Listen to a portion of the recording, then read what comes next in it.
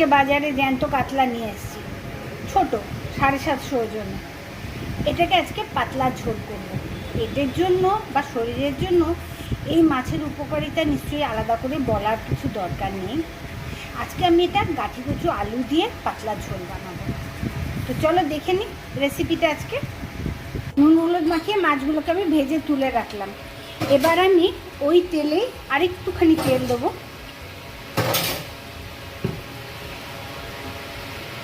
জিরে ফোড়ন দেবো। গাঠি কচু আর আলুগুলোকে সাঁতলে নেব। হালকা সাঁতলে নিয়েছি। এবার এতে আমি দেবো হলুদ গুঁড়ো, দেবো পেঁয়াজ টমেটো কুচি,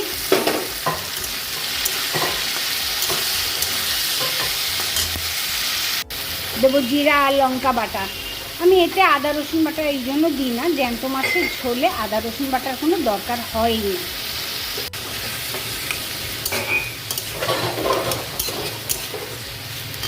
দেবো স্বাদ মতো নুন, আর এবার দেবো সামান্য জল।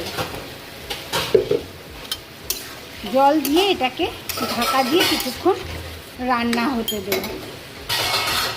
মশলা কষা হয়ে গেল।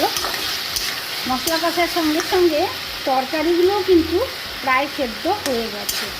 এবার আমি আমার পছন্দ মতো ঝোল বানানোর জন্য পরিমাণ মতো জলটা দেবো। পরিমাণ মতো জল দিলাম। এবার 4টে কাঁচা লঙ্কা দিলাম। কিছুক্ষণ আবার ঢেকে রান্না করব। ঝোল ফুটে উঠেছে, তরকারিও সেদ্ধ প্রায় হয়ে গেছে। এবার আমি প্রথমে এটাতে মাছের মাথাটা দিয়ে দেবো। যেহেতু আমি এটা গোটা মাথাটা ব্যবহার করছি, তা মাছের মাথাটা প্রথমে দিলে এটা ভালো করে সেদ্ধ হবে। আবার কিছুক্ষণ রান্না করার পর বাকি মাছগুলো দেবো। সব মাছগুলো এবার দিয়ে দিলাম। আর কিছুক্ষণ রান্না করে এবার নামিয়ে পরিবেশন করব।